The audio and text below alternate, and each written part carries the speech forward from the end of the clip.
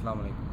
இன்றைக்கி நம்ம நேரத்தை நான் என்ன பகிர்ந்துக்க போகிறேன்னு சொன்னால், ஒரு விஷயத்தை வந்து நம்ம எப்படி ஈஸியாக எடுத்துக்கிறது, ஒரு கஷ்டமான விஷயத்தை, நம்மளுக்கு ஏற்படக்கூடிய ஒரு கஷ்டமான விஷயத்தை நம்ம எப்படி ஈஸியாக எடுத்துக்கலாம் அப்படின்னு சொல்லிட்டு தான் நான் இன்றைக்கி உங்கள்கிட்ட பேச போகிறேன்.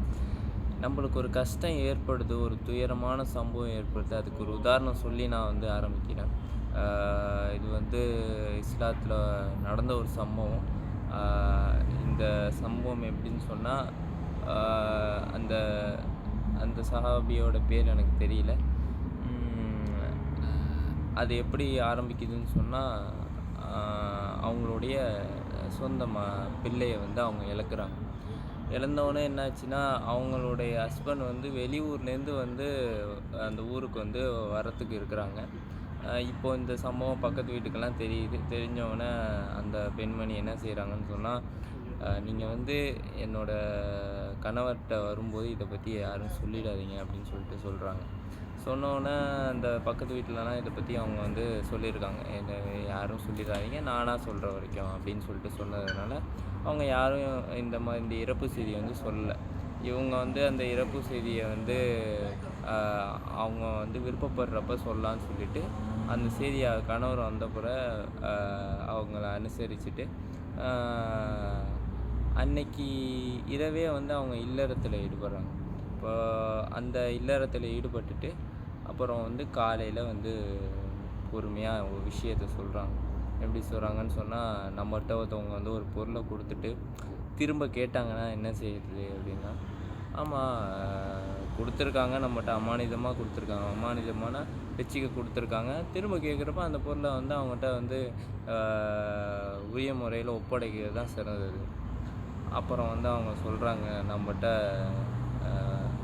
கடவுளை வந்து ஒரு குழந்தைய கொடுத்தான், அதை வந்து அவன் எடுத்துக்கிட்டான் அப்படின்னு சொல்லிட்டு சொல்கிறாங்க. இப்போது இதில் நம்ம என்ன படிப்பினை கற்றுக்கணும்னு சொன்னால், ஒரு விஷயத்தை நம்ம வந்து எப்படி கையாளணும்னு வந்து நம்ம தெரிஞ்சுக்கணும்.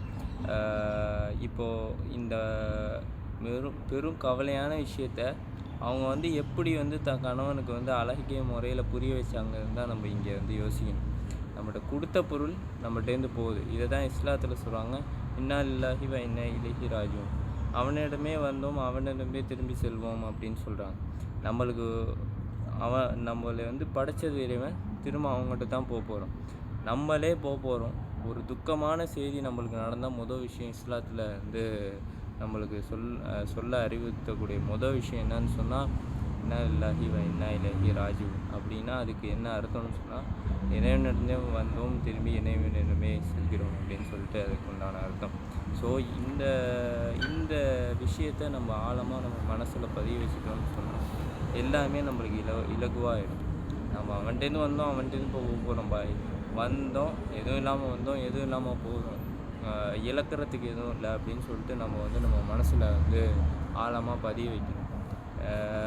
நம்மளுடைய சிந்தனைகள்லாம் இப்போ இந்த காலகட்டத்தில் எப்படி இருக்குதுன்னு சொன்னால், இது போனால் பெரிய துக்கம், அது போனால் பெரிய துக்கம், இது போனால் நம்மகிட்ட ஒரு பொருள், ஒரு உதாரணம்னு சொன்னால் ஒரு 5 பவுன் இருக்குது, காணா போயிடுச்சுன்னா அதை வந்து ரொம்ப அதை வந்து மன அழுத்தத்துக்கு உள்ளாக்கணும். அதேமாரி யாரே இறந்து போனாங்களா, விருப்பமானவங்க இறந்து போகிறது, எல்லாத்தையுமே நம்ம வந்து மன அழுத்தத்துக்கு உள்ளாக்கலாம். எப்படி இலகுவாக எடுத்துக்கணும்னு சொன்னால், அந்த பெண்மணி எப்படி அழகிய முறையில் அந்த விஷயத்தை கையாண்டாங்க. கொடுத்த பொருள் திருப்பி கேட்டாங்கன்னா கொடுக்கணும், அவ்வளோதான். அந்த மாதிரி தான் நம்ம இந்த உலகத்தில் வந்து ஒரு வழிப்போக்கணும் போல் வாழ்ந்துட்டு போகணும். அப்படி வாழ்ந்தான்னு சொன்னால் நம்மளுக்கு எந்த ஒரு கஷ்டமும் பெரிய கஷ்டமாக தெரியாது. ஸோ நீங்கள் என்ன நினைக்கிறீங்கிறத என்னோட பகிர்ந்துங்க. அஸ்ஸலாமு அலைக்கும்.